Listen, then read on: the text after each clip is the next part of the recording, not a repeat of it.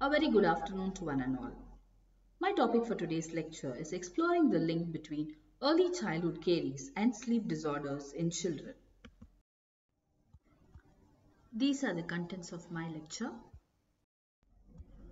So before going into the topic, let's understand what is sleep. Sleep is the basic physiologic need of all human beings. Healthy sleep is an essential part of a healthy life. We spend around one-third of our total lifetime in sleep, and sleep is a very active process which serves many functions. It is one of the important factors in child's growth and development.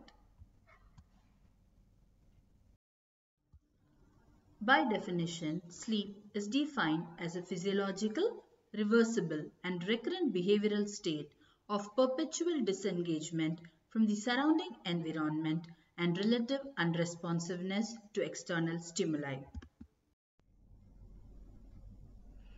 Looking at the functions of sleep, healthy sleeping habits have been implicated in boosting the immune system and reducing the risk of cardiac disorders, hormonal disorders, and metabolic disorders. Sleep problems during early childhood have adverse effects disseminated across various domains of health and development. The domains that are predominantly affected by poor sleep in a child can be broadly grouped into behavioral, emotional, and physical health.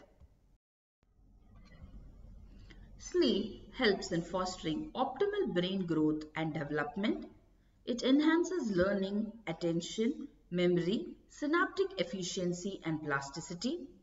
It helps in regulating emotions, appetite, feeding, body weight, risk-taking and pleasure-seeking behaviors.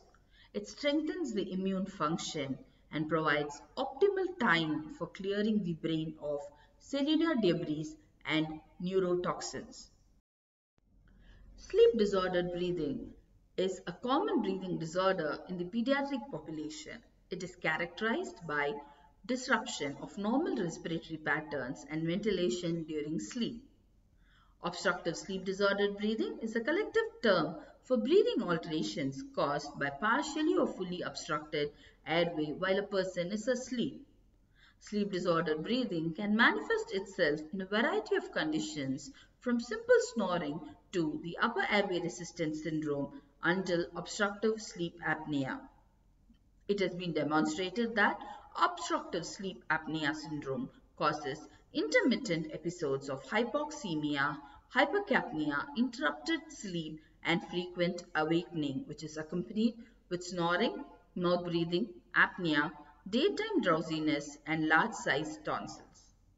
Early recognition and treatment of OSA and other sleep disordered breathing are crucial for a child's development and overall health. The prevalence of sleep disordered breathing has been estimated in several studies, and it varies from 0.7 to 13% depending on the population studied, the methods used for assessment, and the diagnostic criteria. Commonly, 1 to 5% are diagnosed with OSA with a peak prevalence of 2 to 8 years of age when the lymphoid tissues of the tonsils and adenoids is the largest in relation to the airway size. The second peak prevalence occurs during adolescence with relation to obesity. Obstructive sleep apnea has been associated with increased risk of multiple comorbidities, including cardiovascular and metabolic disorders, neurocognitive impairment, and behavioral problems. Changes and alterations to behavior and neurodevelopment could probably be caused by interrupted sleep. Among children, poor performance at school and lower memory and learning abilities have been reported. Furthermore, raised blood and lung pressure along with heart changes have been reported in children with sleep disorders, leading to atherosclerosis-induced changes during adulthood. Circadian rhythm is a 24-hour physiologic and behavioral cycle in living organisms, including humans. It is an internal biological clock that regulates the processes in brain's suprachiasmatic nucleus, which responds to external cues such as light and dark. It plays an essential role in sleep regulation. Circadian rhythm is important to humans for several reasons. First, it helps to regulate the sleep wake cycle, which is critical for maintaining physical and mental health. Second, disruptions to the circadian rhythm can lead to sleep disturbances and other health problems. It helps to regulate many other physiological processes. Third, disruptions to circadian rhythm can lead to various health problems, which leads to metabolic disorders, cardiovascular disease, and even certain types of cancer. Hence, any disturbance of the rhythm and dysfunction of the circadian clock can result in various oral pathological conditions too. Therefore, understanding the circadian rhythm and its effects on our health is important for developing strategies to promote health and prevent diseases. In humans, sleep-wake timing and circadian timing rhythms are synchronized under the normal conditions such that sleep is timed to occur at the night. However, in young children, they may face an environmental demand that may result in poor fit with the biological limit imposed by the circadian system, as their time to fall asleep at night is largely determined by their parents or caregivers. Timing of life habits such as sleep and meal affects the circadian rhythms. Circadian rhythm could affect oral functions, including salivary secretions. So this could be a possible pathway by which sleep might affect a child's risk for caries, which includes abnormal salivary flow rate caused by alteration in local circadian timing system in the salivary gland. Therefore, irregular sleep or meal time disturbs internal circadian rhythm, and this seems to cause irregular salivary secretions and dental caries. Moving on to the role of sleep. Lack of sleep is a global phenomenon, and epidemiological data shows that insufficient sleep negatively affects human physical health, including the production and flow of saliva.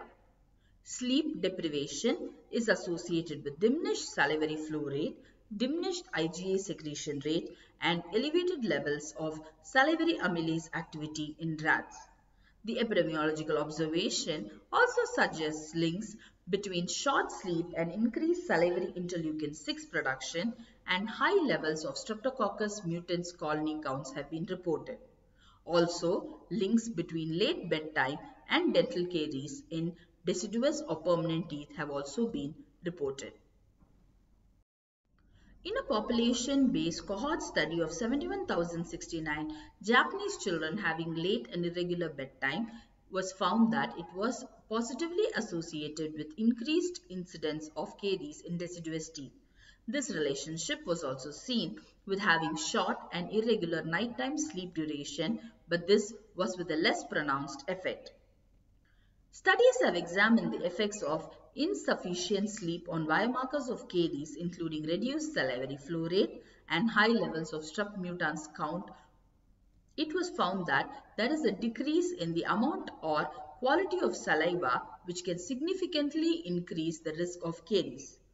Because saliva displays an circadian rhythmicity, and the evidence has also shown that mistimed and disrupted sleep can lead to disruption of circadian rhythm. This provides a possible link between insufficient sleep and risk of caries. The risk of caries in deciduous teeth is increased if short nighttime duration occurs at the age of 18 months, which may be a crucial period when the teeth are most susceptible to dental caries soon after they erupt. These data, in general, suggest a dose-response relationship between child's sleep duration and likelihood of having caries in the deciduous dentition. Lack of sleep also leads to an increased appetite, promoting the development of caries when sugary foods are consumed. Sleep-related breathing disorders such as mouth breathing can cause oral changes and contribute to dental issues. Sardana et al. Reported that irregular or late bedtime and fewer hours of sleep were independent risk factors for caries in early childhood. In children, sleep routine is essential, and those children who have an irregular bedtime have higher prevalence of caries. Ogawa et al. Reported that sleep duration is independently associated with caries in early childhood. Muro et al. Examined sleep problems in school children due to dental issues and reported that sleep problems in school children are associated with untreated dental caries. Although all these studies were conducted at different places, they all came to one solid conclusion that poor sleep is a risk factor for development of caries. One possible explanation for this association is that staying up late at night can lead to irregular sleep pattern which disrupts the circadian rhythm and decreases the salivary production, making it harder for the body to neutralize the acid produced by the oral bacteria. Lack of sleep increases salivary glucose levels and decreases salivary flow and increases the number of strep mutans, which can alter the level of inflammatory cytokines and modify the caries formation process. Children's bedtime can have an impact on caries prevalence. Individuals who go to bed later at night have the risk of developing dental caries more than those who go to bed earlier.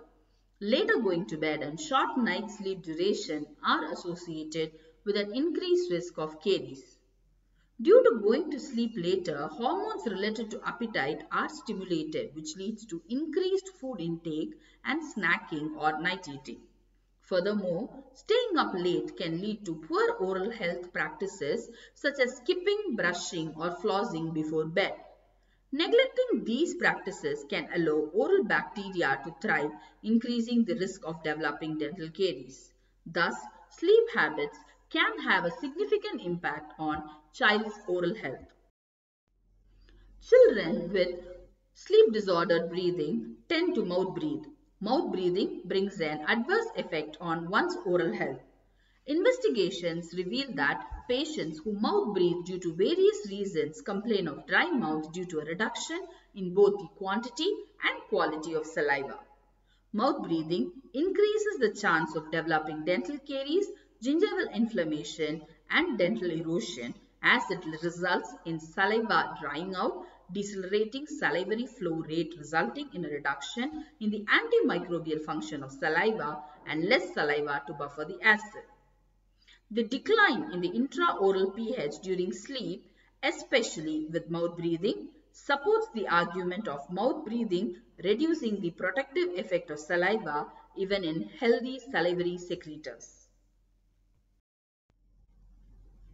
Media also plays an important role in causing sleep disturbances in children and indirectly in causing dental caries.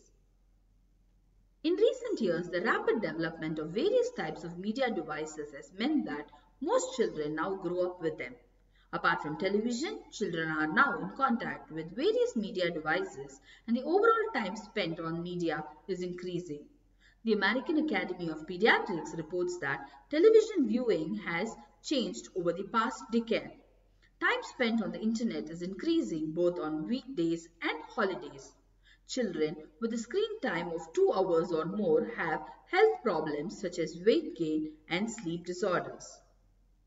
Compared to less than 1 hour per day usage of media time, longer media times, that is more than 2 hours per day, have significantly been associated with the number of teeth. Television viewing for 1 or more hours is associated with dental caries. Television advertisements promote unhealthy confections and drinks. It is reported that children who watch television for longer are more likely to consume more sweetened beverages and snacks, which can cause decayed teeth as well as other chronic diseases. A longer time spent viewing or using media delays the time at which the child goes to bed. The excitement generated by viewing media before going to bed may cause a predominant state of the sympathetic activity and reduce the production of saliva, which induces dental caries. With all this background, let's start exploring the link between early childhood caries and sleep in children. The etiology of early childhood caries, as we all know, is multifactorial, and numerous risk factors have been identified that contributes to initiation and progression of the early childhood caries. The principal factors associated with the causation of early childhood caries is feeding of sugar-sweetened beverage and ad libitum feeding. Apart from this, there is an indirect implication of sleep in contributing to the development of early childhood caries.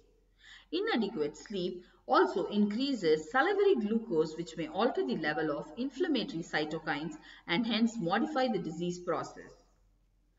Early childhood caries or severe early childhood caries might result in increased pain episodes in preschool children and also result in frequent nighttime waking episodes or sleep disturbances.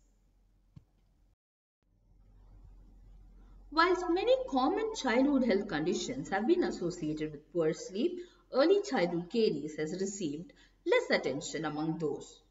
Studies that have attempted to demonstrate the relationship between these conditions do not clearly describe the association, although it is true that there are shared etiological factors in both the disorders. Though the exact mechanism by which sleep duration influences caries development are poorly understood, there is a connection between the amount of sleep and dental caries. Studies have shown that poor sleep or poor sleep quality can increase the risk of developing dental caries. Poor sleep quality and insufficient sleep may lead to changes in saliva production and composition, which could contribute to the development of dental caries. Insufficient sleep has been associated with an increased risk of dental caries in adolescents. With this, I conclude that sleep is vital for overall health. To maintain a healthy immune system and adequate saliva production, adequate sleep is essential. Appropriate timing and duration of sleep are necessary for our health and productivity. An irregular lifestyle can lead to sleep disorders and other lifestyle-related health conditions. Maintaining a regular bedtime and good sleep hygiene practices can help reduce the risk of developing dental caries. Along with this, practicing good oral hygiene habits and a healthy diet help to promote oral health and reduce the risk of dental caries. These are my references. Thank you.